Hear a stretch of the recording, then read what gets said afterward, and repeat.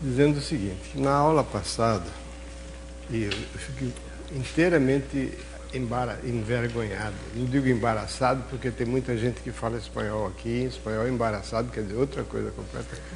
Nenhum homem, em espanhol, nenhum homem fica embaraçado. Por aí vocês imaginam o que quer dizer embaraçado. Fico envergonhado, porque uma coisa tão simples quanto a regra da cadeia, eu dei uma demonstração na aula passada e parecia extremamente simples, que eu imaginei um pouquinho antes de começar a aula. De fato, a demonstração não está errada, só que não demonstra aquilo que devia demonstrar. O que aquela demonstração, que é simplérrima, mostra é que se a função composta, você tem duas funções deriváveis. Se a função composta for derivável, então sua derivada é o produto das derivadas. Aquilo mostra.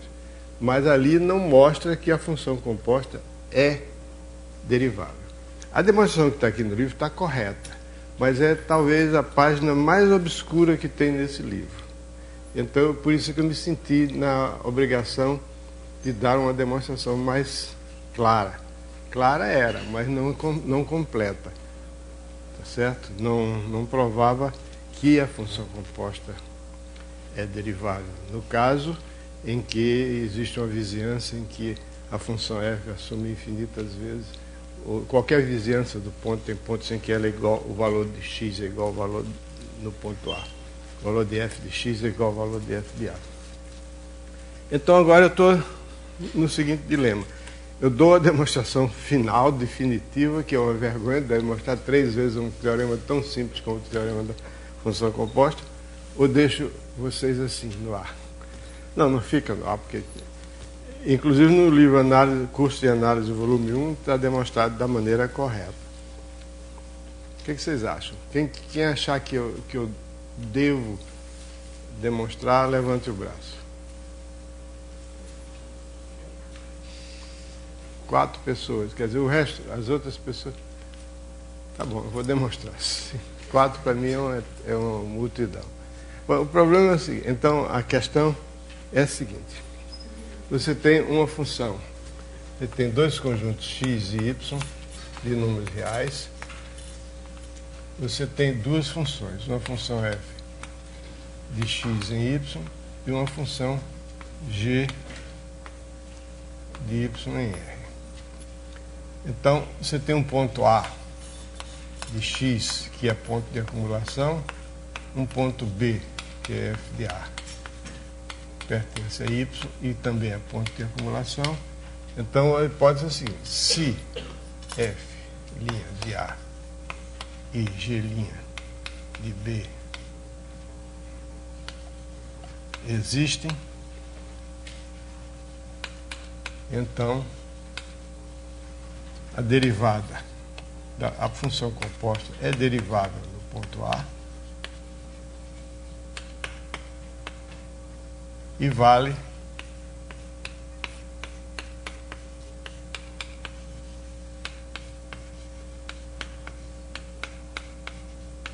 a derivada da função composta é o produto das derivadas das funções f e g, só nos pontos convenientes. A coisa é a seguinte: a dificuldade reside no fato de que a gente divide e multiplica por f de x menos f de A. E isso não é permitido, porque pode ser que f de x seja igual a f de A para muitos valores de x próximos de A. Então a solução é se livrar dos denominadores usando uma caracterização da derivada que a gente parece que nós não tivemos ainda a oportunidade de usar aqui, mas que é extremamente útil e muito intuitiva, muito significativa, que é o seguinte: a derivada é a primeira aproximação, é a melhor aproximação linear do valor do acréscimo da função. Deixa eu dizer o seguinte: quer dizer, você tem a função f no ponto A, você toma f de A mais h. Suponha que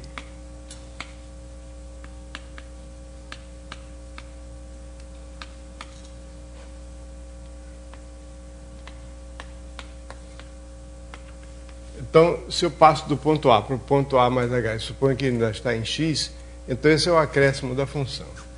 Esse acréscimo da função, quando eu passo de A para A mais H, tem uma parte linear, que depende linear, aproximação linear, mais um resto.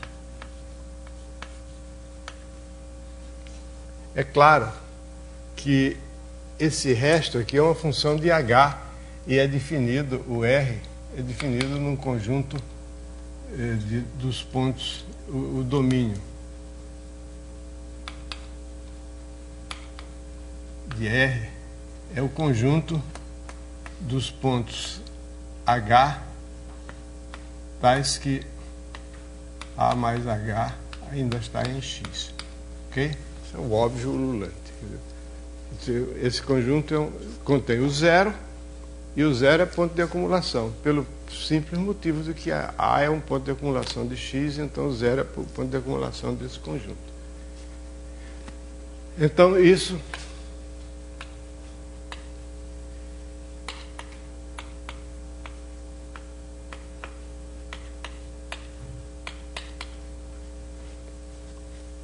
e vale a recíproca. Isso eu mencionei, eu provei aqui.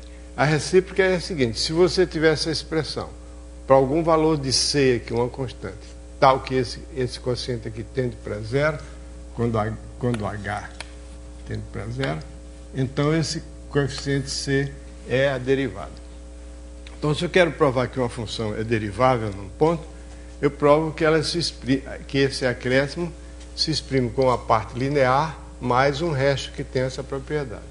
Então, o coeficiente dessa parte linear, a parte linear é em H, quer dizer, depende linearmente do acréscimo H. O coeficiente dessa parte linear é a derivada. Então, isso vale. Então, se eu olho para a função composta, G ou F, eu quero saber que se essa função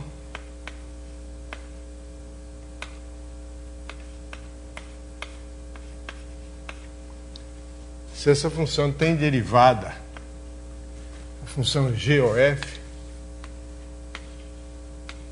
função composta, é uma função definida em X. Então, ela tem a sua variável expressa dessa forma. E eu quero saber se essa diferença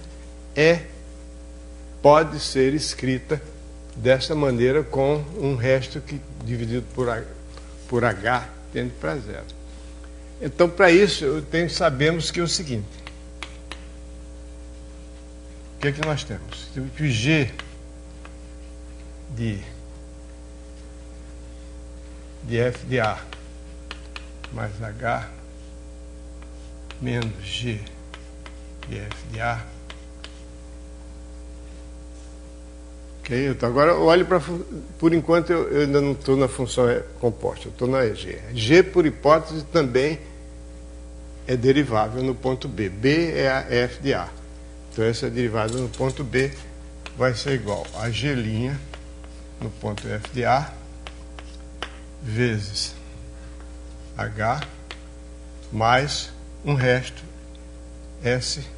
Esse resto depende de quê? Depende do acréscimo, F de A mais H menos F de A. Então, para não ficar escrevendo muito F de A mais H menos F de A, eu vou abreviar esse resto assim. Então, esse resto aqui é uma função de K. E K, por sua vez, depende de H. É uma função de H. Quando o H tende para zero, o K tende para zero também, porque a função F é uma função contínua.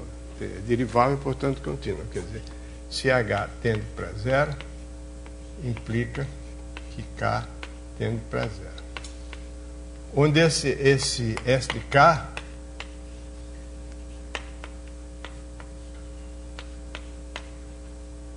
é zero. Quando K tende para zero. Então, eu posso botar quando H tende para zero, porque quando H tende para zero, o K tende para zero. O K é a função de H. Então, isso que eu escrevi aqui, essa igualdade aqui, e essa igualdade aqui, são ambas cada uma delas é a expressão do fato de que a derivada de f existe no ponto A e a derivada de g existe no ponto B, que o ponto B é f de A. Esse é g de B mais k menos g de B, se eu quisesse escrever assim, mas eu prefiro escrever mais explicitamente. Bom, agora eu quero saber se a derivada da função composta existe, então eu tenho que exprimir isso aqui sob forma... Não, desculpe, isso aqui está errado. Isso não é f de A vezes h. F de A vezes g' no ponto f de A vezes o acréscimo da função, o acréscimo que eu dei a variável independente. Então, passei de f de A para f de A mais h. Então, isso aqui é f de A mais h menos f de A. Ok? Esse foi o acréscimo, mais o S de K. Bom, queria saber por que ninguém reclamou quando eu escrevi ali H e não F de A. Significa que vocês não estão acompanhando. Veja bem, o que eu estou escrevendo aqui, vou repetir. O que essa igualdade diz aqui é que a função g é derivável no ponto B igual a F de A.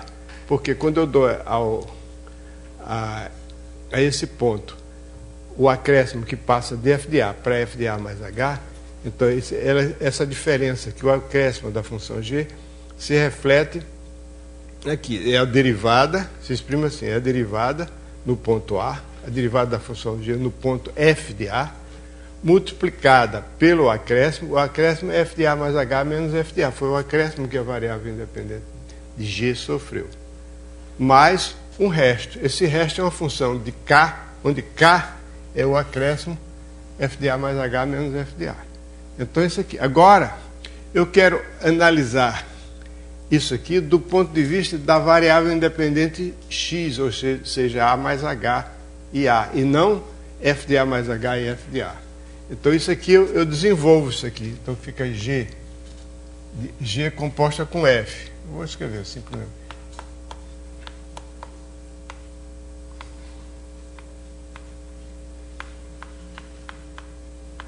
Isso aqui é GOF no ponto A mais H menos GOF no ponto A. Isso aqui eu tenho que exprimir em função da derivada possível, que eu não sei se ainda é derivada. Então, é até essa expressão aqui. Então, eu faço essa multiplicação. Fica G' no ponto F de A, fazendo a multiplicação, vezes F' de A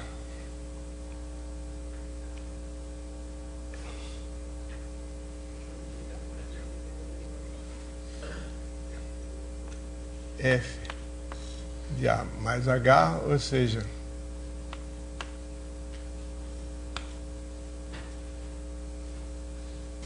menos G' no ponto F de A multiplicado por f de A mais S de K. Eu estou titubeando porque a gente tem uma coisa estranha aí, mas eu vou ver se isso... Hein? Peraí. G' de f de A está errado.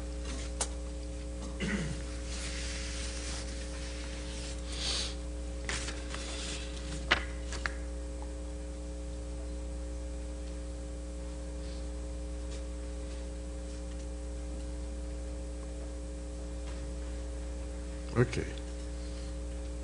Assim. Agora eu vou exprimir essa diferença aqui,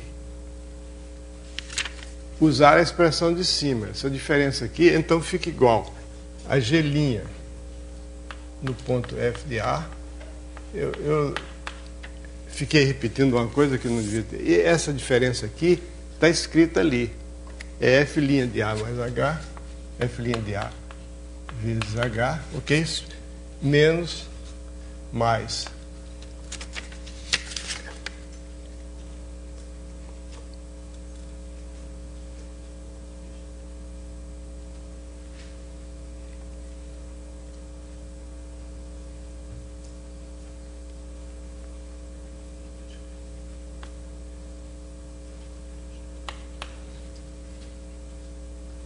G' no ponto F de A vezes R de H, porque essa diferença aqui dentro, aqui, F de A mais H menos F de A, tem essa expressão aqui. É igual a F' de A vezes H mais R de H. Foi o que eu fiz. Vou escrever isso aqui melhor, tá? Ok? Então, isso aqui é igual a isso vezes F' de A vezes H mais G' no ponto F de A vezes R de H. Tudo isso mais S de K. Muito bem.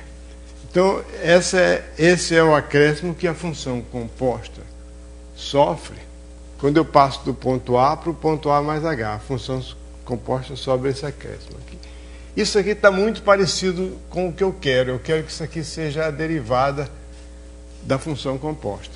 G' no ponto F de A vezes F' de A, multiplicado por H, que é o acréscimo da variável independente. Só que aqui esse resto tem essa expressão. Eu vou chamar isso aqui de ρ de H. Ok? Então, eu tenho que provar agora que esse resto aqui, que é o resto, isso aqui parece que não é função de H, mas K é função de H. Então, eu tenho que calcular ρ de H dividido por H. E vou mostrar que isso vai tender para zero. Se eu provar que isso tende para zero, eu ficaria provado assim duas coisas ao mesmo tempo. Primeiro, que a função composta possui uma derivada, e segundo, que essa derivada é aquilo que eu quero que seja, que está afirmado aqui. G' de B vezes F' de A. Isso aqui é B. Ok. Então isso aqui fica G' no ponto F de A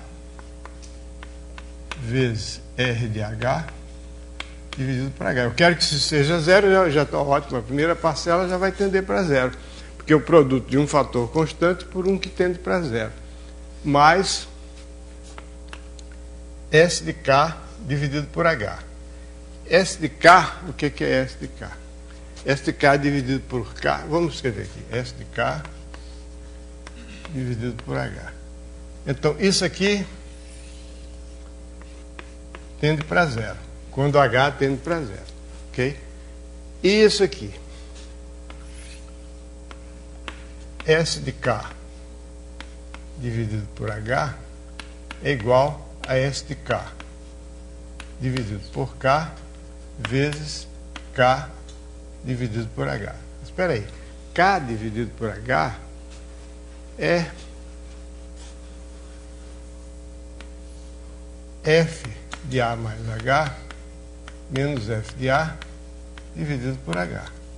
Ok? Porque K é isso aqui. K, F de A mais H menos F de A. Então, beleza. Quando H tende para zero, o que é que vai acontecer? O K tende para zero também, porque a F é contínua. Se H tende para zero, K tende para zero. Então, isso aqui tende para zero. Isso aqui tende para quê? Para a derivada. Então, zero vezes um fator que converge para um número, isso aqui tende para zero.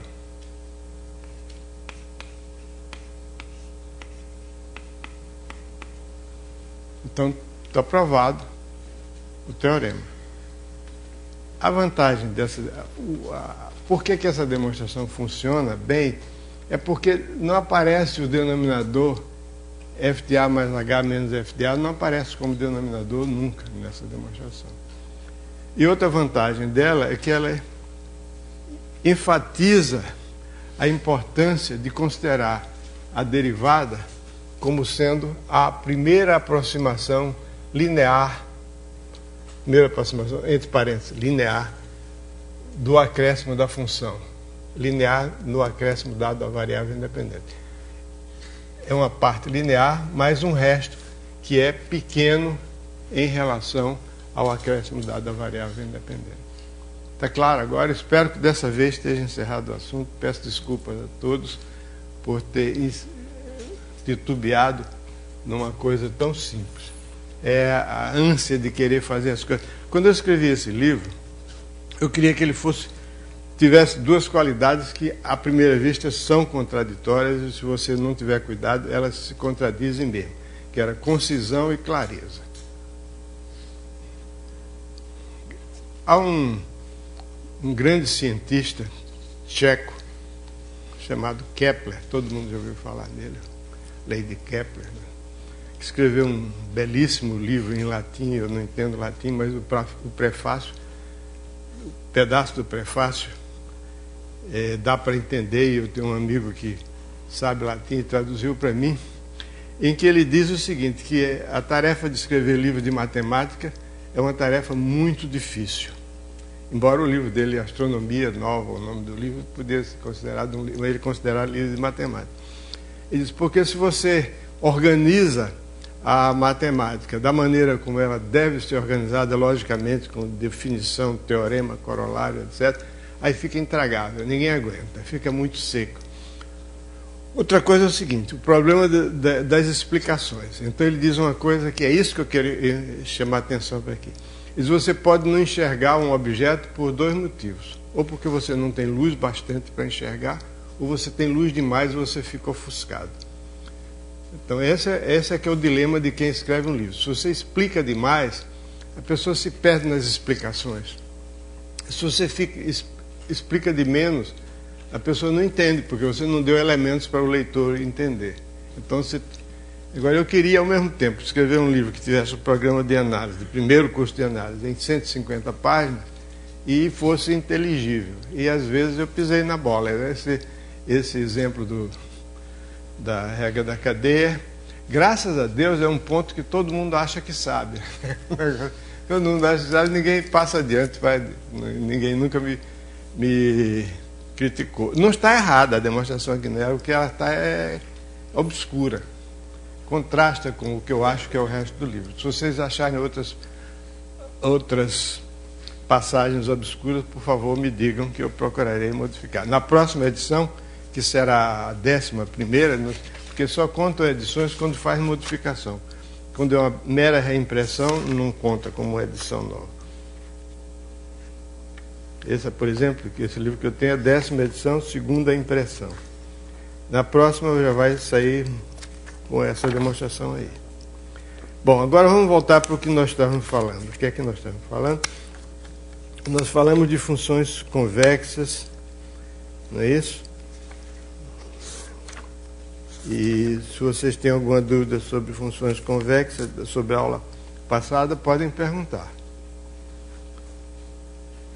Bom, se ninguém tem dúvidas, então vamos continuar. Eu já falei sobre funções convexas, não tenho mais nada a dizer sobre funções convexas. Depois, a continuação desse estudo aqui é o estudo de funções, análise no RN, quer dizer, funções de várias variáveis. Em vez de funções de uma variável, funções de várias variáveis. Aí você tem a noção também de função convexa, que segue os mesmos caminhos que nós vimos aqui, porém tem um ponto mais delicado. Para a função de várias variáveis, a gente provar que uma função convexa é contínua em todo ponto interior do domínio não é uma coisa tão simples. Porque nós provamos que toda função convexa é contínua tomando derivadas laterais. Porque existe toda função convexa num ponto interior tem as derivadas laterais. Então ela é contínua, porque tem uma derivada de um lado, tem a derivada do outro, então é contínua de um lado e contínua do outro, então é contínua. Mas para funções de várias variáveis não tem esse negócio de dois lados só não. Tem uma infinidade de lados que você pode sair de um ponto do plano, por exemplo, se for de duas variáveis, de várias maneiras. Então já é uma coisa um pouquinho mais delicada. Oi? Por favor, fale alto. Tem algo que ver o nome da função convexa com conjuntos convexos? Tem, o domínio da função convexa tem que ser um conjunto convexo. Só. Não existe conjuntos côncavos. Ok? Existem funções côncavas, mas o domínio da função côncava é um conjunto convexo. Aí tem relação entre conjuntos convexos e função convexa, sim. Por exemplo, se você tem um conjunto convexo no plano ou no espaço, a distância de um ponto fixo a um ponto variável desse conjunto é uma função convexa. E coisas desse tipo. Tem relação, sim. Muito bem. Então, vamos dar por encerrado essa parte de funções convexas e vamos falar em aproximações sucessivas e o método de Newton. O método de Newton é um método extremamente útil para determinar raízes de equações, muito mais útil do que as fórmulas, porque é muito mais interessante você saber aproximações do resultado do que ter uma fórmula que exprime aquele resultado. A fórmula pode ser muito difícil de calcular e as aproximações podem ser muito mais fáceis. E você diz, bom, mas a fórmula dá um resultado exato? Não sei, porque a fórmula diz a raiz cúbica de não sei quanto e que resultado exato é esse? Você vai calcular a raiz cúbica e vai ter que fazer aproximações também. E o pior da fórmula, que foi um grande êxito na história da matemática, quando se descobriu uma fórmula para resolver a equação do terceiro grau. Porque se conhecia a fórmula para resolver equações de segundo grau. É uma coisa que era conhecida, por exemplo, pelos babilônios 1800 anos antes de Cristo. Mas, aliás, os livros brasileiros têm uma mania esquisita de chamar isso de fórmula de Bhaskara. Isso não existe em nenhum país do mundo. Quem inventou esse nome de fórmula de Bhaskara, não sei de onde saiu essa ideia. Não foi Bhaskara. Bhaskara era um matemático indiano, mas não foi ele que descobriu a fórmula de equação de segundo grau, não. Mas os livros do Brasil todos põem fórmula de Bhaskara. Paciência. Podia botar o meu nome, era melhor, né? Eu já estou chegando perto dos 1800 anos. Pois é, então foi um sucesso enorme, porque os babilônios já sabiam resolver a equação de segundo grau 1800 anos antes de Cristo.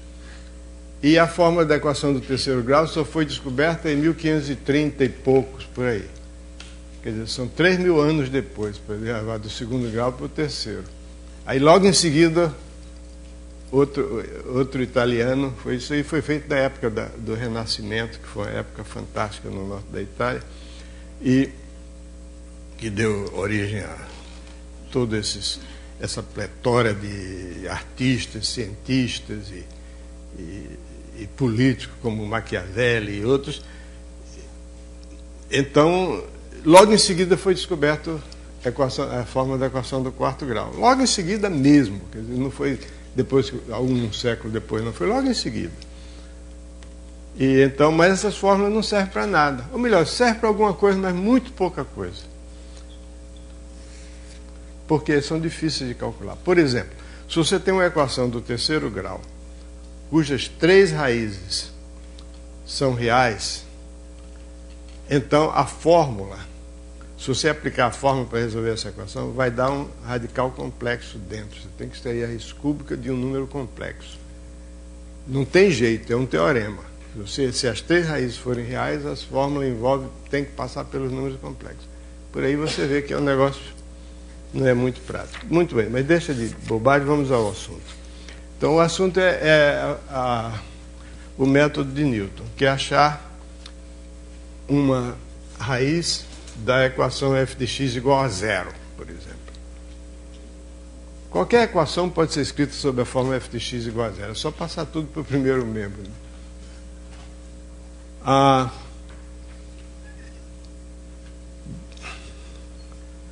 Para isso, nós começamos com pontos fixos.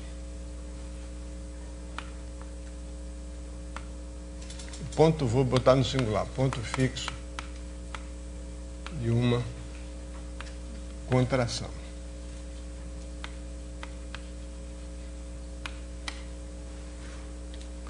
Um ponto fixo de uma função é um valor x tal que f de x é igual a x. Em termos do gráfico da função f, o ponto fixo do gráfico é um ponto em que o gráfico da função f corta o gráfico da função identidade. Então, esses dois pontos x1 e x2 são gráficos, são pontos fixos da função f. Que f de x igual a x, f de x1 é igual a x1, f de x2 é igual a x2, porque o gráfico passa exatamente pela corta a reta y igual a x. Uma contração, o que é uma contração? Uma contração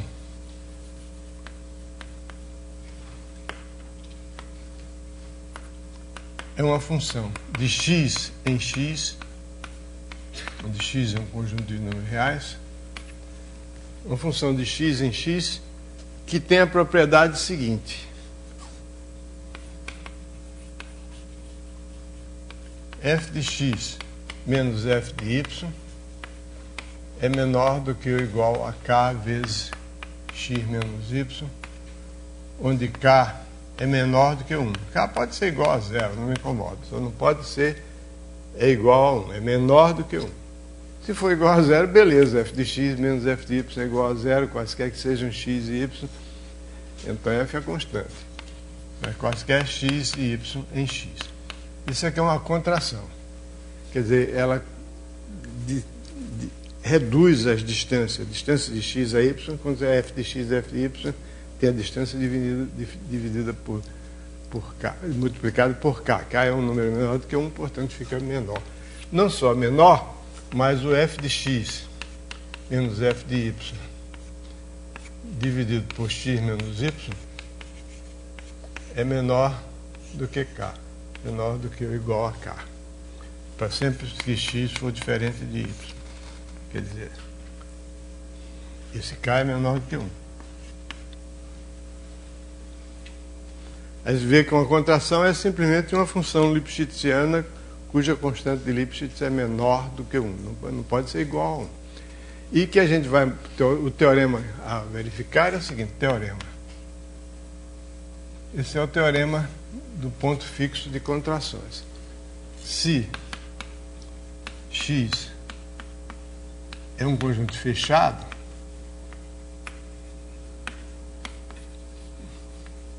toda contração f de x em x possui um único ponto fixo.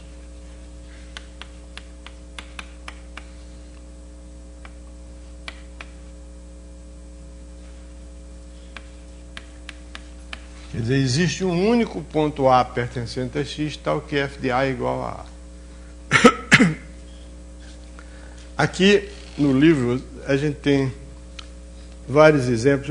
A demonstração do teorema é fácil, mas é mais interessante começar com os exemplos. Tem assim, começa com um exemplo um pouquinho mais elaborado. É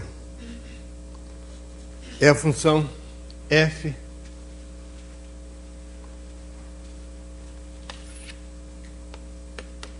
de r em r, assim, f de x é igual a raiz quadrada de 1 mais x2.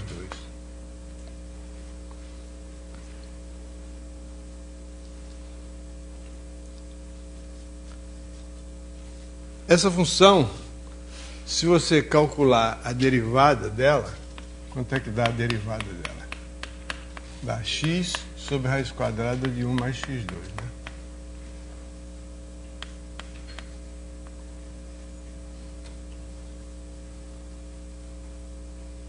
Ok?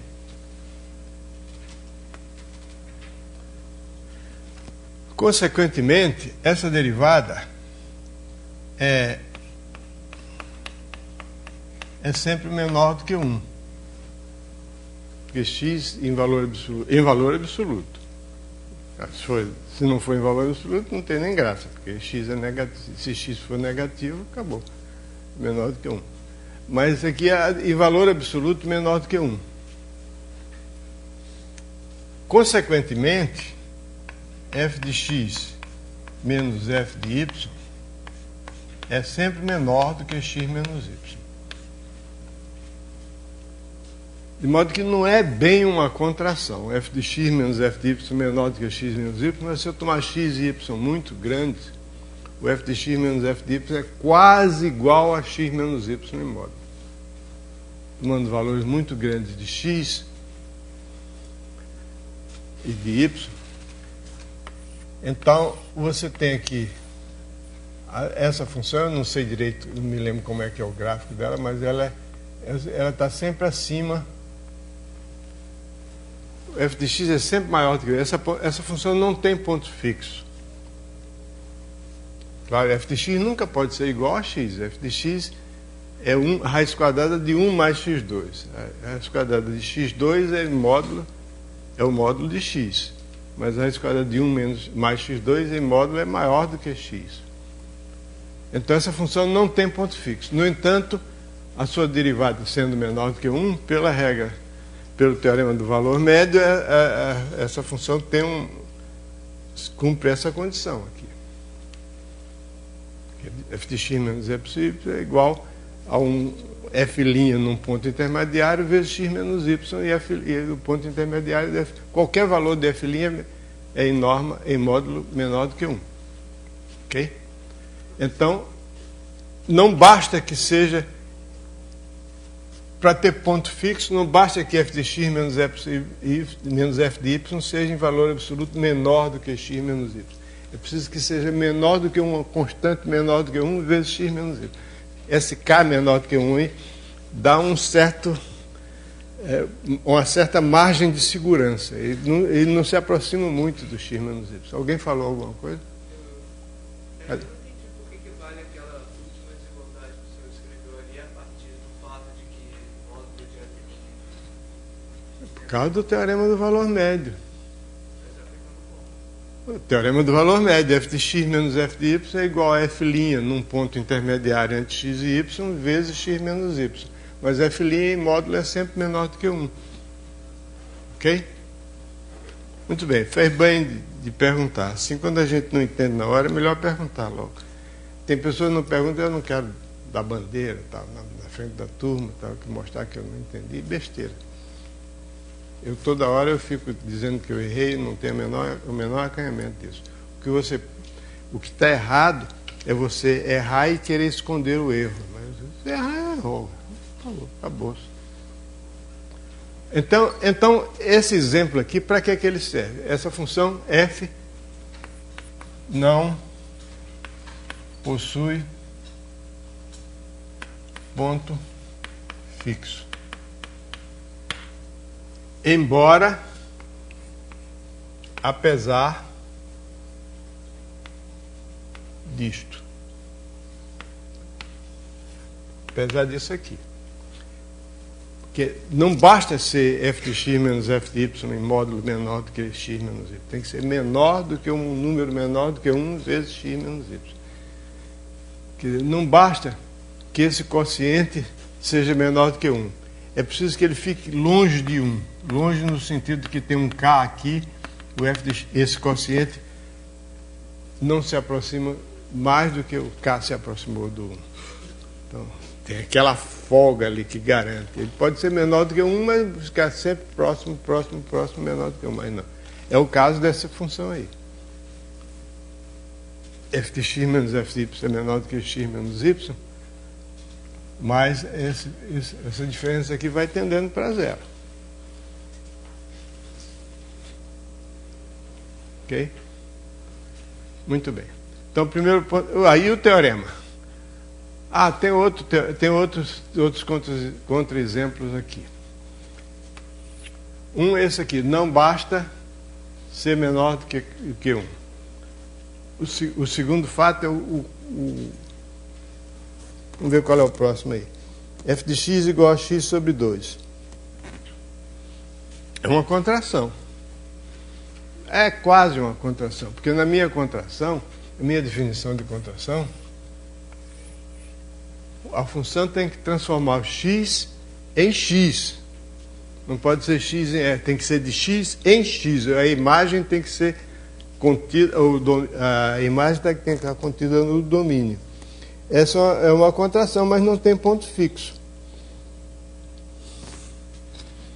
Mas eu não disse qual é o domínio. Não escrevi qual é a função. f do intervalo 0 mais infinito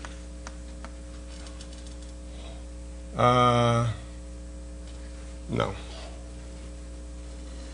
é do intervalo 0 mais infinito, não. É 1 mais infinito.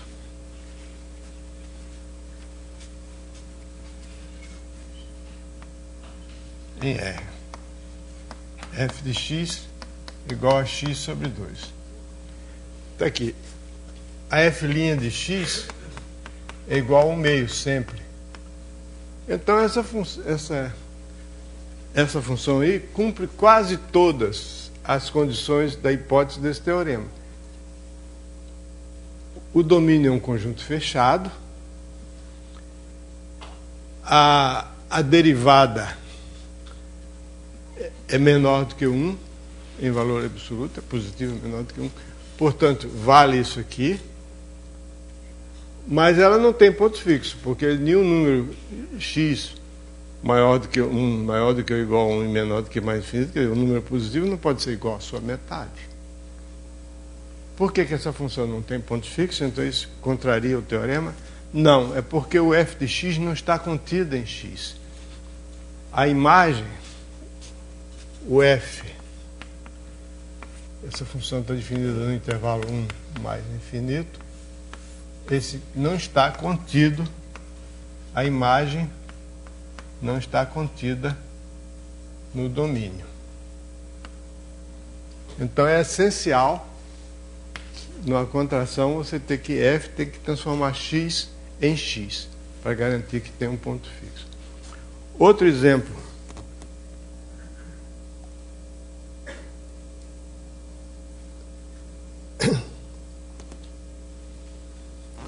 Outro exemplo. A mesma função, ou melhor, a função definida pela mesma regra, mas com um domínio diferente. Então não é a mesma função.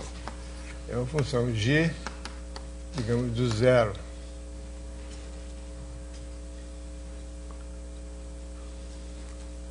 mais infinito e 0 mais infinito, g de x é igual a x sobre 2. Agora, esse g leva o domínio, está contido no contra-domínio. Então, é uma função de x em x. Mas não tem ponto fixo. Por quê? Hein? O conjunto onde ela está definida não é fechado.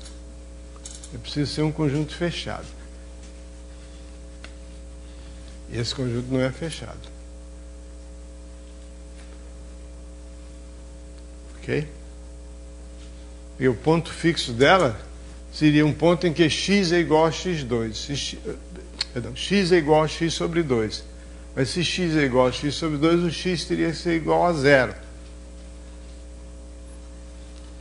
Mas 0 não está no domínio. Então o ponto fixo foi retirado ali. Então não tem.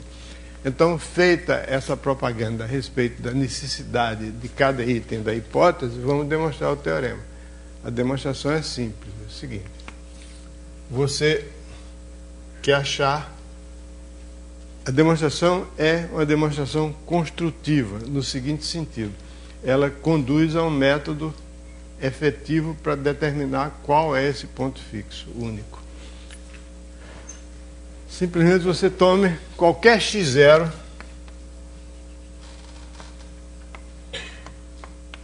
em x e ponha e obtenha uma sequência que são as aproximações sucessivas. Eu quero achar um ponto A tal que f de A é igual a A. Eu tenho uma contração. Eu quero achar um ponto A tal que f de A seja igual a A. Então eu pego um ponto qualquer x0 e considero o ponto x1 igual a f de x0. x2 igual a f de x1. Etc. xn mais 1 igual a f de xn. E assim eu construo uma sequência de pontos em x. essa sequência, se essa sequência convergir, o limite vai ser um ponto fixo. Vamos admitir por um instante que a sequência converge.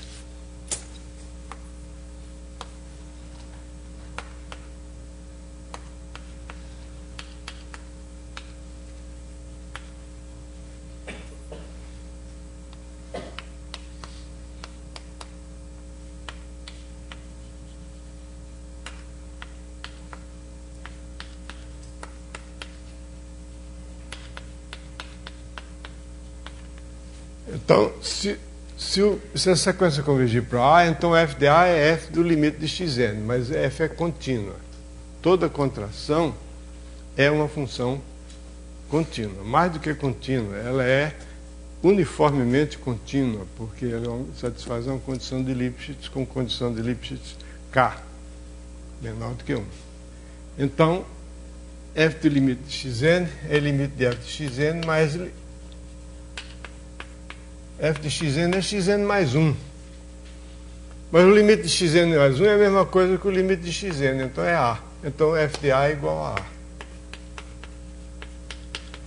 Então, se essa sequência convergir, o limite da sequência é o ponto fixo. Qualquer que seja o ponto onde eu comece. O limite, qualquer que seja o ponto que eu pegue à vontade, se eu fizer iteradas aplicações de f, A, eu pego um x0, x0, f de x0, f de x0, f de f de x0, etc. Vou transformando, termino convergindo para um ponto A. E esse ponto A é um ponto fixo, que é o ponto que eu estou procurando. Ok? Então o problema é mostrar que existe. Ah, sim, e se existe, ele é único. Porque se você tiver f de A igual a A e f de B igual a B, o que vai acontecer vai ser o seguinte, é que o B menos A vai ser igual a f de B menos f de A, que é menor do que ou igual a K vezes B menos A, onde K é menor do que 1, é um número positivo menor do que 1. Aí o que vai acontecer? Passando para lá fica 1 menos K vezes B menos A é menor do que ou igual a 0. Então aqui eu tenho um número não negativo multiplicado por um número positivo dá menor do que ou igual a 0. Só pode ser 0. Então B menos A é igual a 0. B igual a A. Porque dois pontos fixos de uma contração coincidem. A contração só tem um ponto fixo. Você pode ter uma função, pode ter vários pontos fixos. São os pontos em que o gráfico da função intersecta a diagonal y igual a x.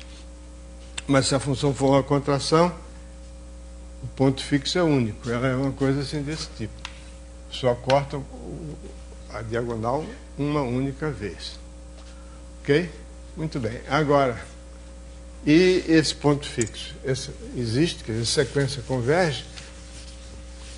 Bom, existem algumas maneiras de provar que essa sequência converge. Uma é o critério de Cauchy. Vocês já devem ter visto que um dos exercícios é o critério de Cauchy para dar convergência de sequência, mas não vamos ver, porque eu tomei como princípio fundamental da organização desse livro que a base teórica dele é que toda sequência monótona convergente, toda sequência monótona limitada é convergente. Então não vou usar o critério de Cauchy, mas o critério de Cauchy, se eu quiser usar, está como exercício e a solução do exercício está aí. Então eu uso o critério de D'Alembert, que nós já provamos. Como? Eu considero a série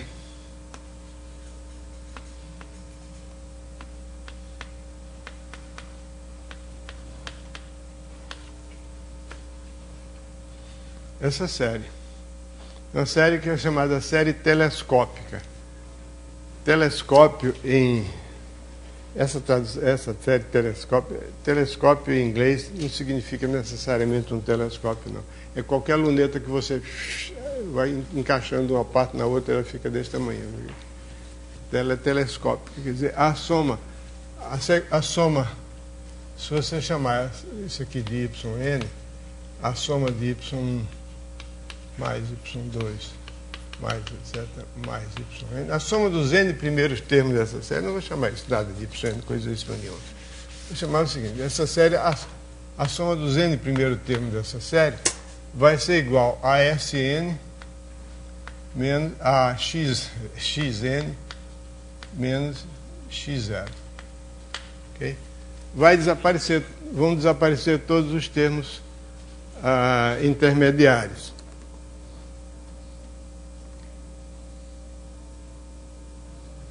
Okay? Desaparecem todos os termos intermediários. E essa série cumpre o critério de D'Alembert, porque o termo xn mais 1, xn mais 2 menos xn mais 1, dividido por xn mais 1 menos xn, vai ser menor do que ou igual a k, que é menor do que 1. Porque isso aqui são as imagens desses dois pontos aqui. Xn mais 1 menos xn, isso aqui é f de xn mais 1, esse aqui é f de xn. Então eu vou escrever mais detalhadamente. Se eu fizer... Ali é Sn igual a xn mais 1 menos xn. Não, a soma dos n primeiro, porque esse termo começa com x0. Não, mas eu digo ali ao invés de ser xn, não é xn mais 1, porque o enésimo termo faz o xn mais 1 menos xn. Ah, tem razão. Então eu vou botar xn. Aí eu vou começar a somar de 1, fica... Ok? De qualquer modo, isso aqui vai ser menor do que ou igual... Isso aqui é igual a f de xn mais 1 menos f de xn dividido por xn mais 1 menos xn. Isso aqui é menor do que ou igual a k, que é menor do que 1. Então, pelo critério de D'Alembert, isso implica que essa condição aqui implica que a série é convergente, que limite de Sn existe o limite. As reduzidas somas parciais convergem para um certo limite, e o limite de Sn é só passar igual a soma da série menos x0.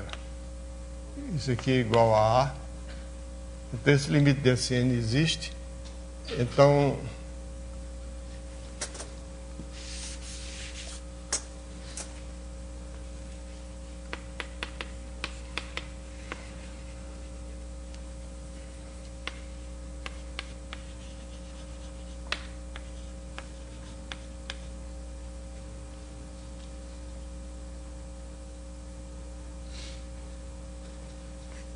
existe a soma. Se existe a soma, então existe o limite da soma mais x0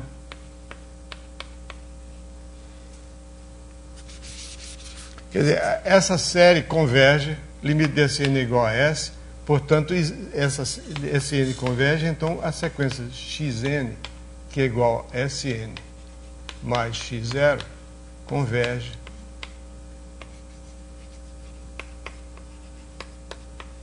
Entendeu? Ok. Se existe o limite de Sn, existe também o limite de xn, porque o xn é Sn mais uma constante, x0. Então, se existe o limite de Sn, existe o limite de xn. Esse limite de xn é igual a A. Esse limite de xn é igual a A, esse A é um ponto fixo, esse A é o único ponto fixo. Então, toda contração tem um único ponto fixo, desde que o seu domínio seja um conjunto fechado. Por que é essencial que o domínio seja um conjunto fechado? É porque eu quero ter certeza que essa soma aqui pertence, esse ponto aqui pertence, o limite de xn, se todos os xn estão em x, o limite do xn está em x também. Okay? Porque por isso é que é preciso saber que o conjunto é um conjunto fechado. Muito bem. Agora, então, nós vamos dar um exemplo de como é que esse método, que é chamado método das aproximações sucessivas, que é o método de obter o ponto fixo de uma contração. Esse método é utilizado em vários casos de análise. O exemplo mais comum é o teorema de existência de equações diferenciais, o teorema de Picard, de existência de soluções de equações diferenciais ordinárias, que usa o método das aproximações sucessivas. Aproximações sucessivas são esses pontos aqui. x1 começa com x0, depois faz x1, x2, etc. São as aproximações sucessivas.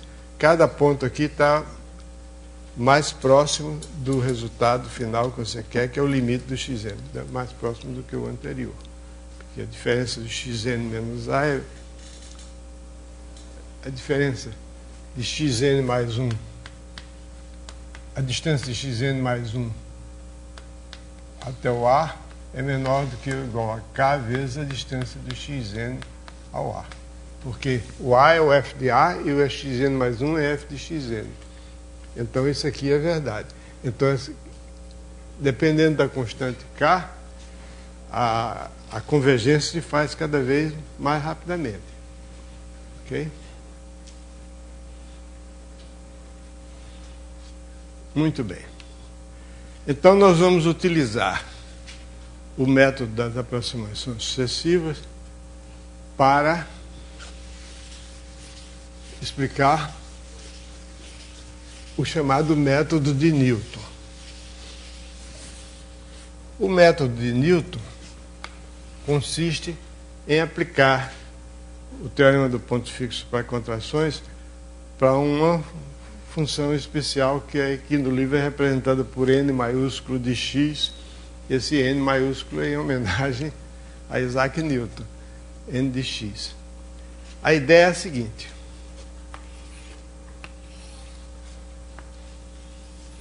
você tem uma função, que eu vou olhar aqui para o gráfico dela assim, e você quer, você sabe que esse ponto aqui existe,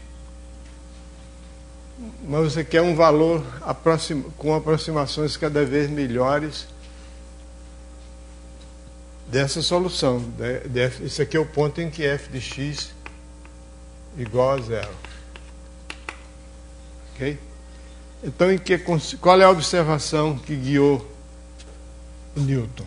É o seguinte: eu pego um ponto arbitrário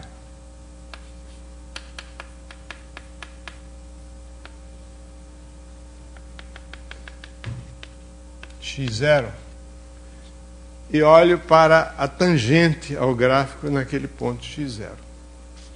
A tangente ao gráfico,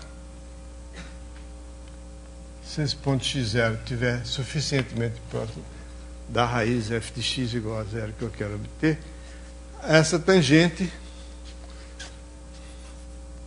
então aqui é x0, vai cortar o eixo do x num ponto x1, que esperançosamente está mais próximo da solução que eu quero obter do que o x0 estava, que eu peguei o x0 mais ou menos ao acaso. Aí eu olho o valor da função no ponto x1. Aqui ele tem esse valor. Aí eu traço novamente a tangente ao gráfico da função. Aí essa tangente corta o eixo do x num ponto x2. Aí eu olho para o gráfico, eu olho para a tangente no ponto x2. E ela vai cortar aqui num ponto x3 e assim por diante. E a minha esperança é que essa sequência x1, x2, x3, xn, etc., convirja para o ponto em que a função se anula, que é a raiz da equação f de x igual a zero. Nos casos de aplicações, f de x é um polinômio, digamos, de terceiro, quarto, quinto graus. Ok. Aí eu começo dando um exemplo de uma situação em que ele não converge. Por exemplo, não vá cheio de esperança, não. Tem casos em que isso não converge. Então, dou um exemplo aqui de uma função, na página 115 do livro. São bem, um exemplo bem simples do trabalho de botar o gráfico da função aqui, bem direitinho, que eu não sei se eu sou capaz de reproduzir aqui. A função é a seguinte: f de x é igual a x menos x3. E espero que esse seja o gráfico da função. E eu vou tomar o ponto x0 igual a raiz de 5 sobre 5.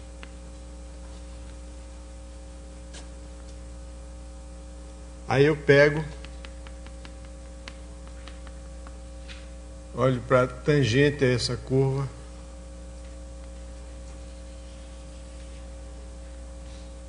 aí é fácil de calcular a derivada, então eu sei, a derivada é a inclinação da tangente, aí eu igualo aí eu tenho a equação da tangente, igualo a zero, tem esse ponto aqui, vai dar o x1 aqui. Isso aqui é o f de x1. Aí, novamente, eu traço o gráfico. Aí, imagine o que vai acontecer. Não é coincidência, é malvadeza minha. Eu fiz isso de propósito, né, para dar o gráfico. Volta exatamente para o x0. Aí eu faço a mesma coisa e fico dando volta. Não saio dali nunca. Então, o x1 vai ser igual a menos x0. Então, quer dizer, se eu vou aplicar o método de Newton aí, eu não vou sair do lugar. Quer dizer, então você tem que ter cuidado quando vai aplicar o método de Newton. Cuidado é esse, você tem que fazer algumas hipóteses a respeito da função, para você ter certeza que aquele processo converge. Existem processos que convergem e outros que não. A gente viu o exemplo em algumas demonstrações anteriores, no capítulo sobre topologia da reta, de situações que o método não é bem o método de Newton, mas é um método de aproximações sucessivas que converge, é o método das bisseções, sempre converge. Aliás, eu me lembro que eu vi algum tempo atrás num livro, um livro utilizado no ensino médio na Alemanha, um livro que começava um certo capítulo com a seguinte situação: imagine que eu tenho uma rampa desse tipo aqui,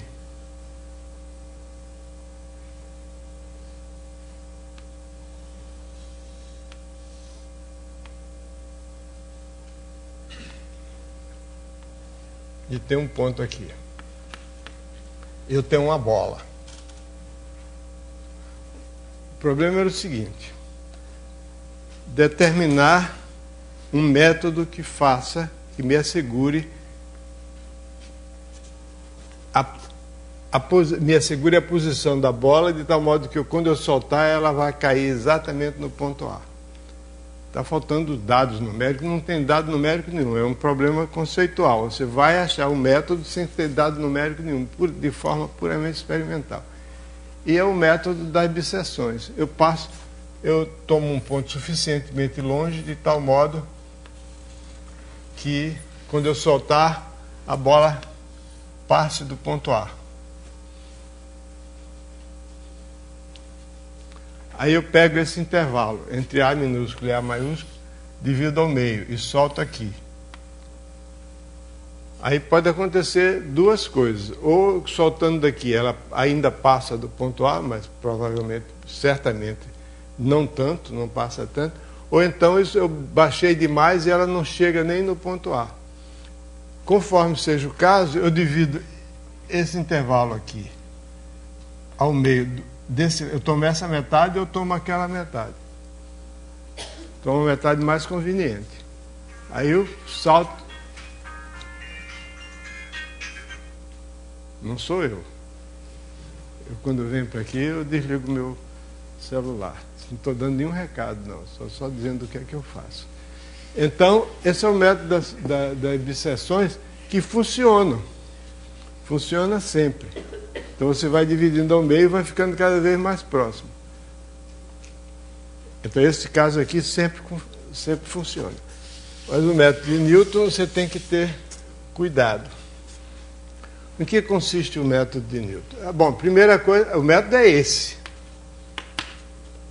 Agora, como é que a gente calcula o x2 em função do x1? Do x1 em função do x0. x1 é igual a x0 menos f de x0 dividido por f' de x0.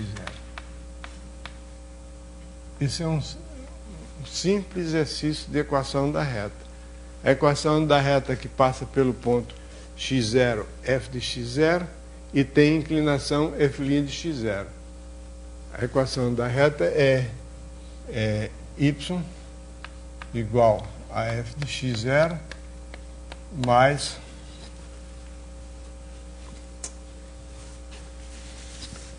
x menos x0 vezes f' de x0. Não é isso?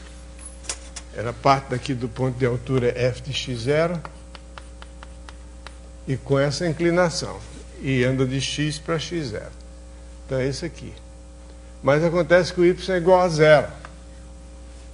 Daí você tira o valor de x0, você fica de esse f de x0. Cadê o x1? O x1 é igual a zero.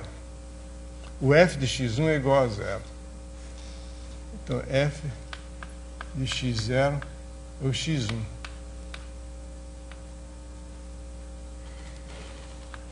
Não. Espera aí. Eu parto desse ponto. Então, a equação da reta é y igual a f de x0 mais x menos x0 multiplicado por f' de x0. Aí esse y é igual a zero. Qual é o valor de x? O x1 vai ser esse valor de x. Se y é igual a zero, x é igual a isso aqui. É o ponto onde f de x é igual a zero. Onde o x é igual... Não, o f de x é que é igual a zero. O x não é igual a zero, não. Esse aqui é igual a zero, isso aqui é o f, esse aqui é o x1.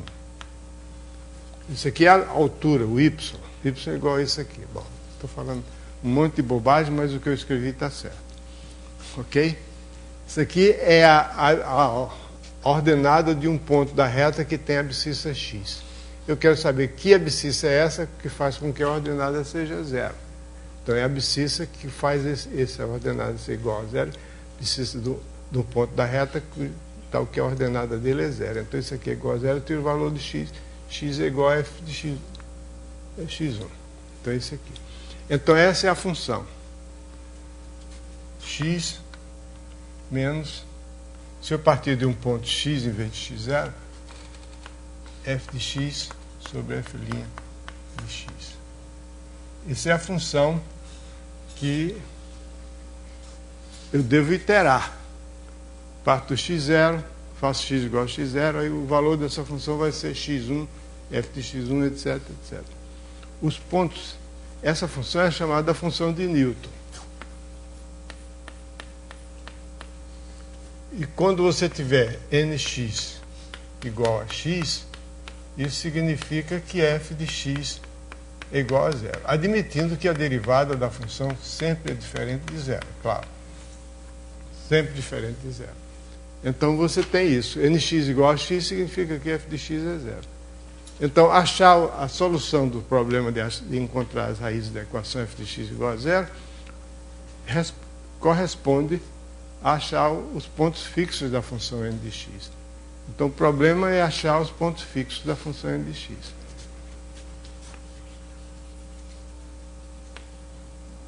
Então, vou escrever aqui os pontos fixos da função n são as raízes da equação f de x igual a zero. Ok? Então essa é a relação que existe entre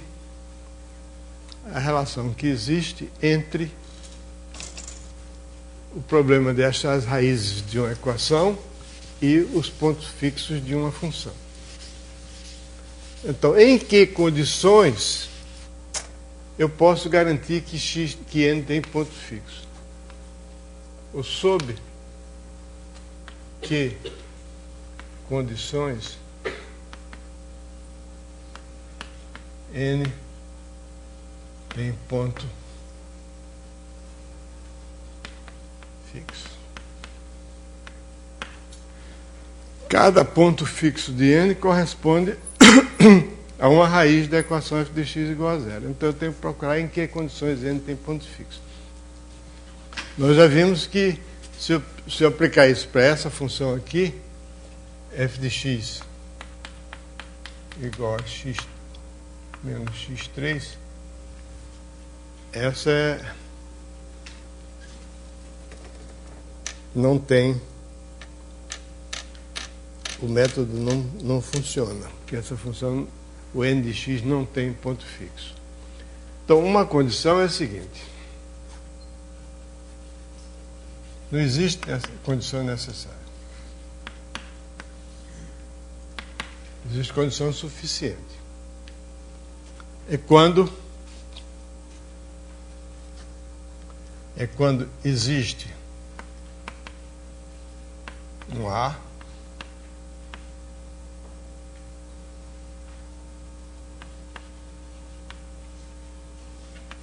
no domínio de x, tal que f de A igual a zero. Aí você diz, peraí, você já está supondo, você quer achar uma raiz da equação, você já supõe que a raiz existe? Ah, sim. O método de Newton não é para provar que existe a solução. O método de Newton é para provar o seguinte: sabendo que a solução existe, obter aproximações dessas valores aproximados. Você sabe que se você tem, por exemplo, dentro do intervalo, uma função que é contínua, que é positiva num extremo e negativa no outro, então tem que ter um ponto no meio que é zero. Se você pegar um intervalo bem pequenininho em que ela é positiva de um lado e negativa do outro, o ponto no meio está ali próximo. Então você quer fazer um modo racional de obter esse ponto com as aproximações que você precisar. Então você tem que partir da certeza de que tem algum ponto fixo ali dentro do intervalo. Então uma condição suficiente é a seguinte: suponha que a f tem derivada segunda e você tem uma função. Primeiro. Segundo. F é 2 vezes derivável. Vamos dizer assim. F de I em R. Existe A pertencente a isso. E F de I em R é 2 vezes derivável e f' de x diferente de zero para todo x em I.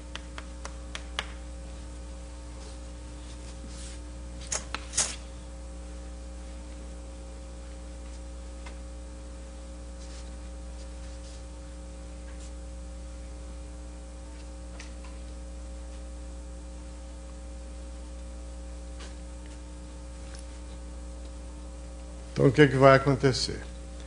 Suponha que a derivada segunda exista e que a derivada primeira é diferente de zero em cada ponto. Então, f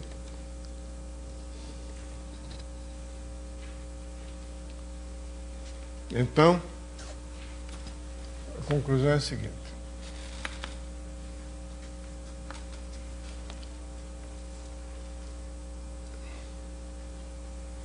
O A pertencente ao interior de I.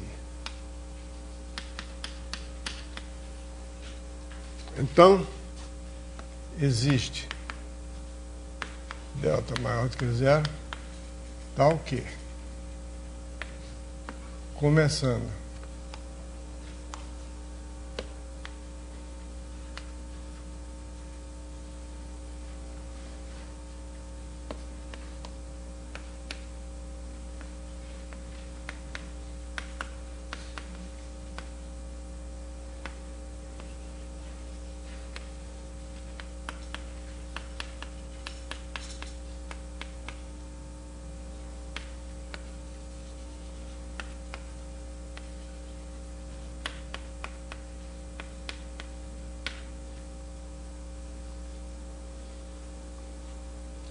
Então, começando em qualquer ponto desse intervalo, eu tenho uma solução, o limite da função de Newton, tomando repetidas aproximações sucessivas. Essa função, essa sequência converge para o ponto que eu não sabia. Eu sabia que existia, mas não sabia qual era. Eu só tenho certeza de que existe dentro do intervalo, então tem algum ponto do intervalo que o A é zero, então eu tomo a vizinhança desse ponto. Basta tomar um intervalo suficientemente grande que contenha o intervalo de centro no ponto A. Então, aplicando o método de Newton, a gente chega a uma solução. Bom, isso aí é mais difícil de dizer do que de provar, porque simplesmente você tem que verificar que essa função n, pondo j igual a que existe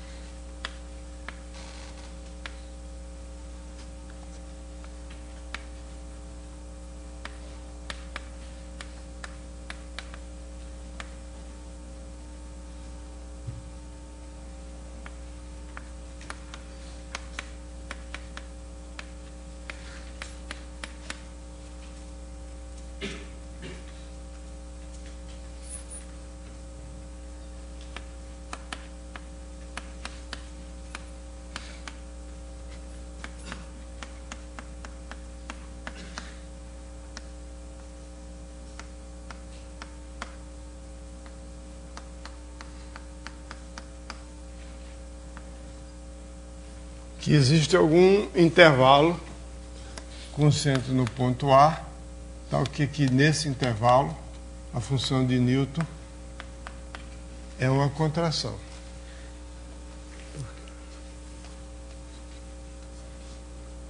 Bom, tem duas coisas a fazer. Primeiro, primeira coisa, observar que a derivada n de x, vou repetir aqui, n de x é igual a x menos f' de x, f de x sobre f' de x. Então, qual a derivada dessa função? A derivada dessa função é 1 menos a derivada desse quociente. A derivada do quociente é a fração cujo denominador é o quadrado desse denominador, e cujo numerador é derivada do numerador vezes o denominador, menos o numerador vezes a derivada do denominador. A derivada do numerador, bom, vamos escrever isso aqui, seria 1 menos, seria o quê? F' de x vezes ao quadrado, menos f de x vezes f' de x sobre f' de x ao quadrado. Ok? Se aplicando direto a fórmula derivada do quociente. Derivada, a forma que a gente decora no cálculo é U dividido por V', é o UV' menos U''V sobre V2. Tem que decorar isso, né? No cálculo 1, tem que não decorar, não passa. Então, o quê? Não, o contrário. Muito bem. A gente põe o sinal menos no denominador, na derivada do denominador. Isso aí já errava essa questão. A derivada do denominador vai com o sinal menos. Muito bem. Então, isso aqui nos dá que a derivada da função de Newton é esse 1 cancela com esse 1 daqui, é igual a F', daqui está errado, né? F duas linhas aqui, né?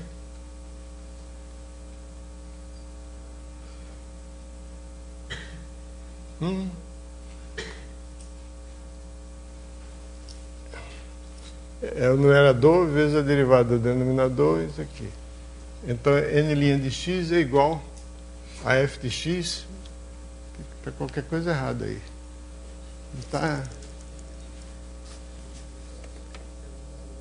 Não, está certo, tem nada errado. Cadê? Onde é que eu estou? Aqui? Está certo. É f de x vezes f duas linhas de x dividido por f' de x ao quadrado. Não é isso? Então eu quero que essa derivada seja pequena, mas como f de a é igual a zero,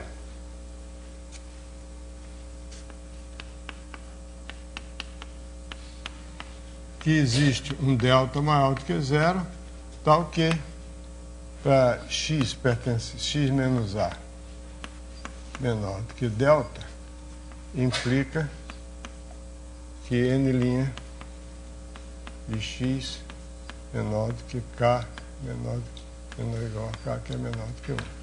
Que essa derivada é zero no ponto x igual a zero, porque no ponto x igual a porque f de a é igual a zero. Então, essa derivada se anula no ponto A. Como a função é duas vezes derivável, então, aliás, duas vezes derivável, né? É de classe C2, né? Eu preciso que ela seja de classe C2, do contrário.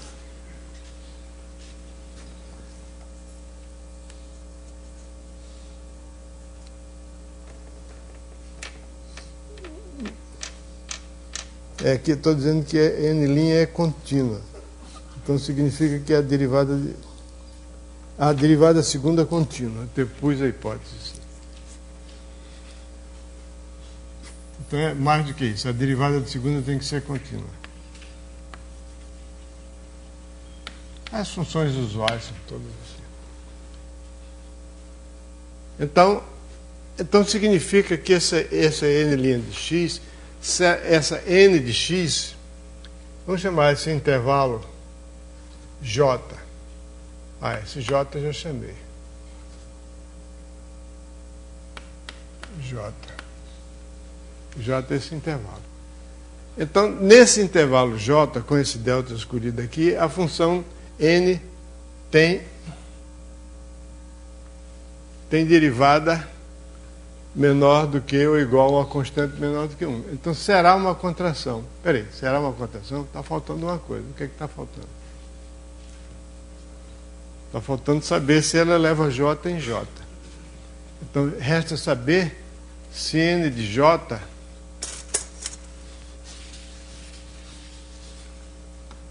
se x pertencente a J significa x menos a menor do que delta, menor do que ou igual a delta. Então vamos escrever isso aqui. Mas basta isso aqui. Se x pertence a J, J é esse intervalo aqui, a menos delta mais delta. X menos a menor do que ou igual a delta, isso implica que n de x menos n de a menor do que ou igual a k delta, que é menor do que delta, mas n de a é zero, então n de x menor do que ou igual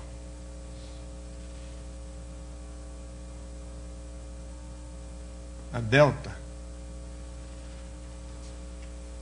N de x menos n de a é menor do que delta significa que não, n de a não é zero, não. N de a é igual a A. Porque o f de a é que é zero.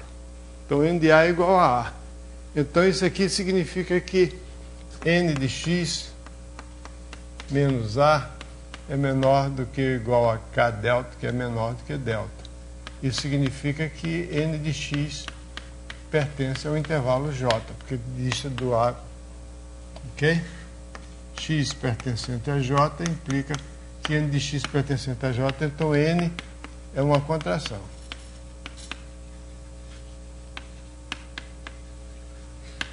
Então, nessas condições aqui, existe um ponto x em que n de x é igual a x. E n de x, então, conclusão, existe um x pertencente a j, tal que n de x é igual a x. O que quer dizer n de x igual a x? Quer dizer, x menos f de x sobre f' de x igual a x. Isso significa que f de x é igual a zero. Então, esse ponto é único, então esse x é igual a A, né? O importante não é isso. O importante não é saber que existe um x tal que f de x é igual a zero. Isso eu já sabia que existia um ponto. O importante é que existe um algoritmo para conduzir esse x. Se eu começar de qualquer ponto do intervalo j e tomar as repetidas, aplicar n, de n, de n, de n, etc., eu vou terminar me aproximando tanto quanto eu desejo do ponto A, que é a solução. Né? Aqui eu dou uns exemplos que são o cálculo aproximado da raiz enésima, estimando a aproximação, mas para poder obter o grau de aproximação, porque um ponto essencial do método de Newton é que ele converge quadraticamente. O que quer dizer que ele converge quadraticamente?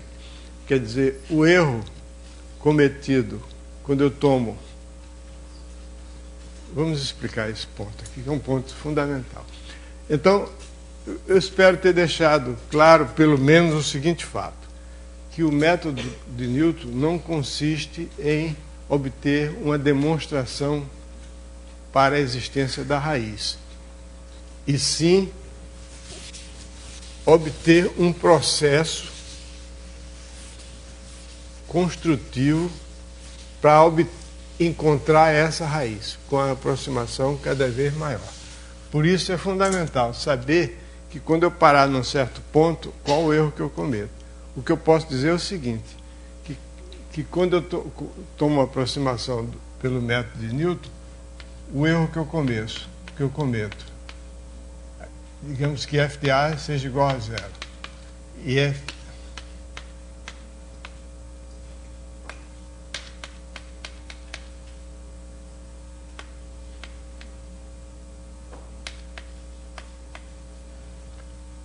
o erro que eu cometo ao tomar a enésima mais uma aproximação, n mais 1ª aproximação, é menor do que ou igual a uma certa constante, multiplicado pelo quadrado da aproximação anterior. Essa constante não depende do n, é uma constante que depende só da função. Essa constante está obtida aqui, vocês podem ver, ela é ligada com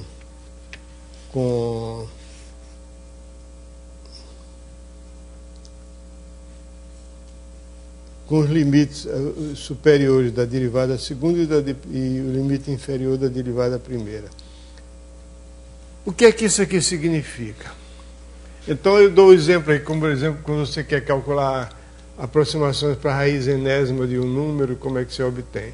Isso aqui significa o seguinte, que se o xn difere do A, digamos, por 1 milésimo, o xn mais 1 difere do f de A, o xn mais 1 difere do A por 1 milionésimo. Em torno disso, a menos uma constante. Essa constante a gente determina qual é. Mas significa que cada vez que você toma uma aproximação seguinte, você dobra o grau de proximidade. Em termos de fração decimal, por exemplo, você terá o número de casas decimais exatas 2 vezes maior. Bom, eu estou passando mais depressa aqui nesses exemplos finais, porque eu quero voltar para um ponto, para abordar um ponto que eu não abordei ainda, que é a fórmula de Taylor. A fórmula de Taylor, nos primórdios do cálculo infinitesimal, desempenhou um papel essencial. Taylor era um matemático inglês, contemporâneo de Newton, o papel fundamental é porque, para obter valores das funções mais conhecidas, como funções trigonométricas, funções exponencial, etc., a pessoa desenvolvia essas funções em séries. Obtinha séries. As séries são séries de potências que são limites de polinômios. Os polinômios com grau cada vez maior, cujos valores vão aproximando das séries. Por exemplo, o cosseno de x é igual a x2 sobre 2 mais x4 menos x4 sobre o fatorial de 4 mais x6 sobre o fatorial de 6 menos x8 sobre o fatorial de 8, etc. Enquanto que o seno de x é igual a x menos x3 sobre o fatorial... É? Ah, é. Obrigado. x3 menos sobre o fatorial de 3 mais x5 sobre o fatorial de 5 menos, etc. E elevado a x é igual a 1 mais x2 sobre o fatorial de 2 mais x3 sobre o fatorial de 3 mais x4 sobre o fatorial de 4 mais, etc. Isso dão valores aproximados. A observação dele é válida porque se eu tomar x igual a 0, isso aqui tem que estar 1, que o cosseno de 0 é 1. Acho que os sinais ali também são sinais trocados. É 1 menos x ao quadrado. É 1 menos x ao quadrado. É, claro, claro. Agora, no momento que eu comecei com 1, tem que ser menos, exato. Então, esses desenvolvimentos, essas séries aí são chamadas de série de Maclaurin, porque é um caso particular da série de Taylor. Né? Eu acho que no livro eu não chamo série de Maclaurin, eu chamo série de Taylor mesmo. Então, esses fatoriais aqui aparecem por causa da fórmula de Taylor que nós vamos ver agora. A fórmula de Taylor diz o seguinte: seja f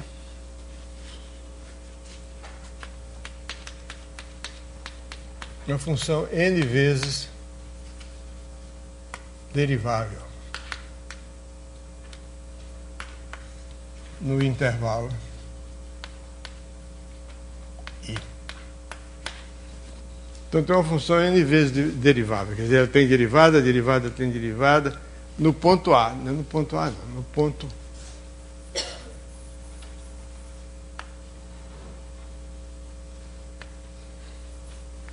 no ponto A, que é um ponto do intervalo.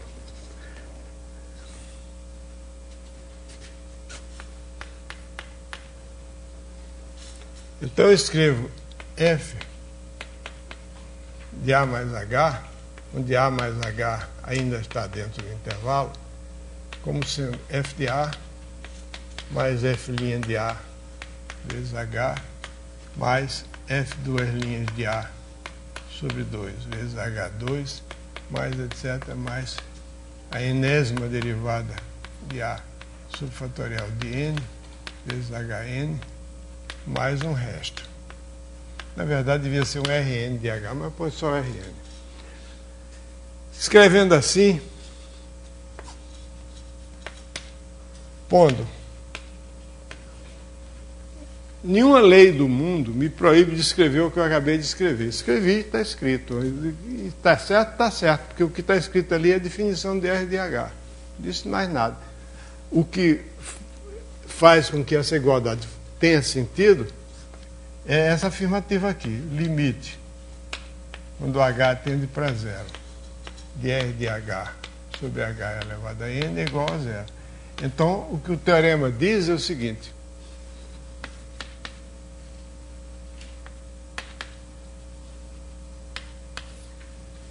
o teorema diz o seguinte: se eu escrever isso aqui, então esse resto aqui tem essa propriedade. É um resto que é infinitamente pequeno em relação ao Hn. Quando o H é pequeno. Quer dizer, é insignificante. É infinitamente pequeno. Não. É insignificante diante do H elevado a N para H próximo de zero. Tá certo? Quer dizer, a fórmula em si, sem essa afirmação aqui, não significa nada. significa que eu escrevi uma igualdade que eu tenho pleno direito de escrever, porque esse é, o que é RH é a diferença entre isso, entre FDA mais H e esse aqui. Agora, por que esse polinômio que é aparentemente tão estranho, um polinômio em H, aparece aí? Isso é chamado polinômio de Taylor.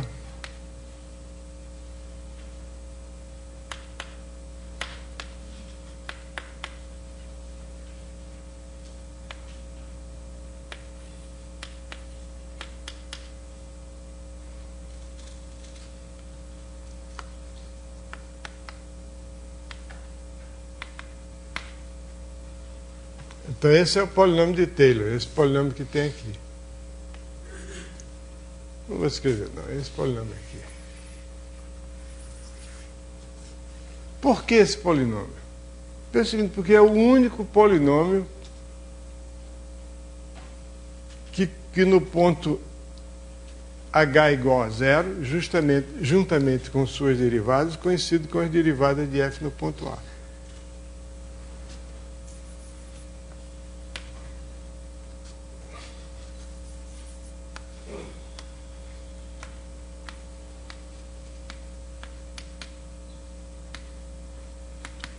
Mais precisamente, o polinômio de Taylor é de grau n para f no ponto A, porque eu tenho um polinômio de Taylor de grau 1, de grau 2, de grau 3, de grau 4, etc., até grau n. É o único polinômio, é aquele,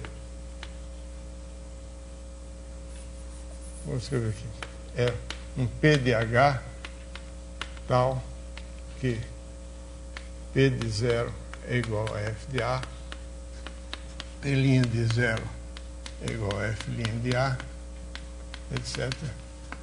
Pn de 0 é igual a fn de A. É um polinômio que no ponto zero coincide com suas primeiras n mais 1 derivadas, n derivadas. Eu posso considerar o P de 0 como sendo a derivada de ordem zero do f. Coincide com a derivada da função. Porque quando você tem um polinômio, ele fica inteiramente, esse polinômio é único, porque um polinômio fica inteiramente determinado quando você conhece as derivadas do polinômio no ponto zero. Se você pega um polinômio, P de H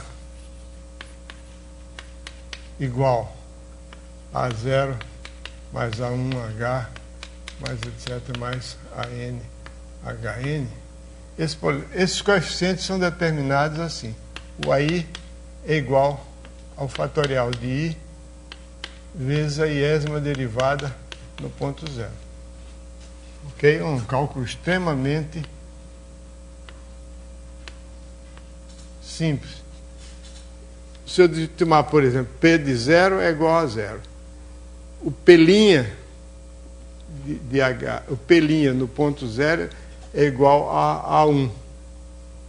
O P duas linhas de 0 é igual a 2 dividido vezes o fatorial de 2, porque você tem, por exemplo, A0 mais A1H mais A2H2, mais etc. Se eu tomar a derivada segunda desse polinômio, a derivada segunda vai dar 2H2, 2A2.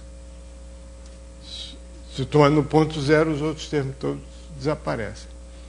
Então, e assim por diante. Quer dizer, o AI é igual a... Não, perdão, é o contrário. A iésima derivada do ponto zero é igual a I fatorial vezes AI. Então, se eu quero um polinômio que coincida juntamente, no ponto zero, juntamente com as duas derivadas, com a função f, então esse polinômio tem que ser esse aqui. Porque isso aqui tem que ser igual a fi de A, então o iésimo coeficiente do polinômio é fi, a derivada iésima de A, dividido pelo fatorial de I. Então, esse é o chamado polinômio de Taylor. O que é que esse teorema diz? Esse teorema diz o seguinte: se eu pegar a função, desenvolver, tomar f de A mais H, esse f de A mais H se escreve como um polinômio de grau n, que é o polinômio dele, mais um resto, que é um infinitésimo de ordem n em relação a h. Está claro? O conteúdo do teorema é esse. Esse é o teorema chamado teorema de Taylor infinitesimal. O que quer dizer isso? Por que é que eu chamo isso de teorema de Taylor infinitesimal? Porque esse resto aqui pode aparecer sob vários aspectos. É sempre o mesmo resto, mas ele ocorre sob vários aspectos. Tem diferentes fórmulas para o resto, de acordo com a unicidade. Uma profusão de fórmulas.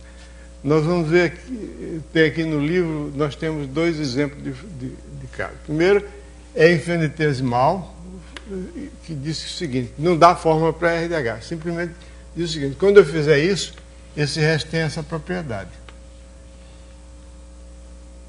Se eu escrever uma função n vezes derivável no ponto A, escrever f de A mais H como sendo um polinômio em H mais um resto, esse resto tem que ter essa propriedade. Propriedade de quê? Que ele é muito pequeno em relação a H. Quanto mais termos eu pego, menor ele fica. Tem outra fórmula que vai aparecer logo mais, que é com o resto de Lagrange. O resto de Lagrange significa que aqui esse RH ele absorve aqui esse termo e aparece em termos da derivada n-1 ésima, num certo ponto intermediário entre o A e o A mais H. Isso a gente vê logo mais. Qual é a demonstração disso? A demonstração disso é muito simples.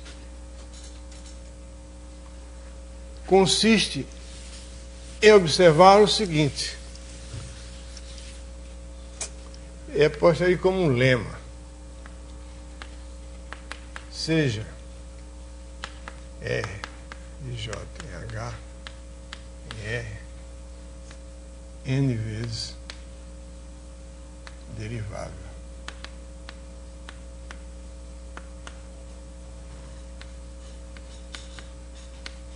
No intervalo que contém o zero. Então a função n vezes derivável. Então você tem duas condições. Primeira condição, que R se anula juntamente com suas derivadas no ponto zero até a enésima derivada. Então eu tenho uma função cujas derivadas até a enésima são todas iguais a zero. Que função é essa?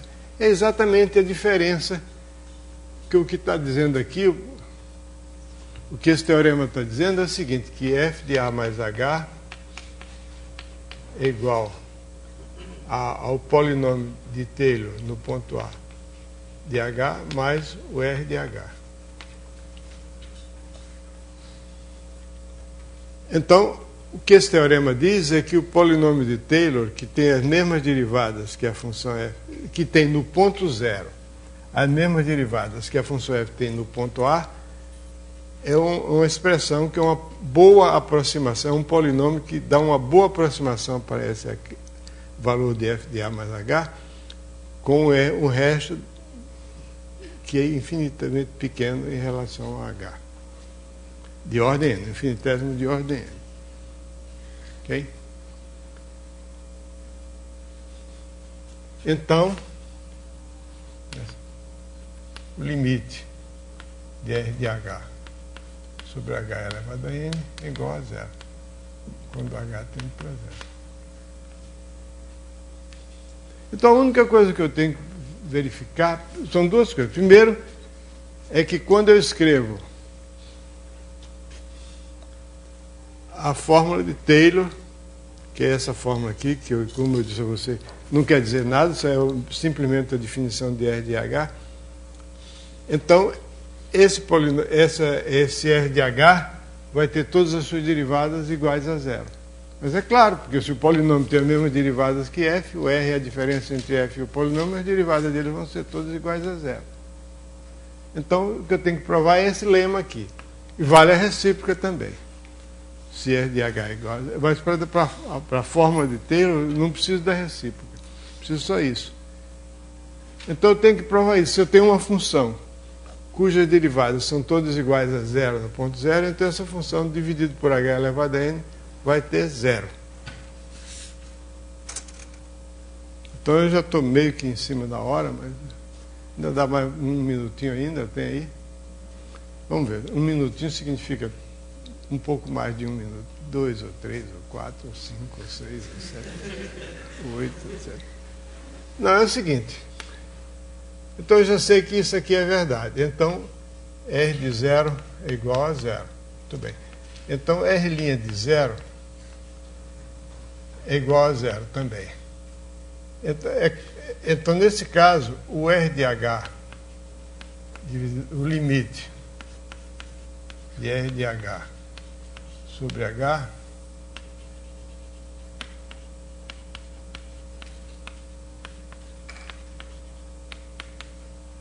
isso aí é meramente a definição de derivada.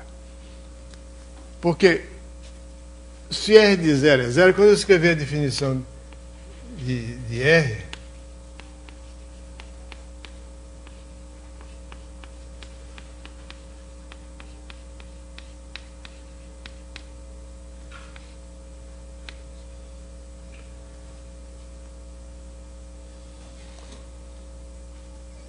mas se R' de 0 é igual a 0, então esse S aqui seria um S de H, onde o limite de S de H sobre H é 0, quando H tende para 0.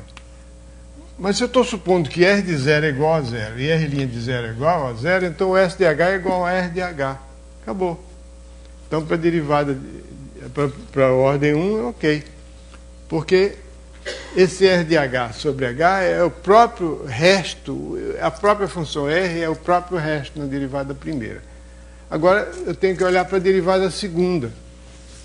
Agora, vamos supor isso, já sei, no caso de derivada primeira, então,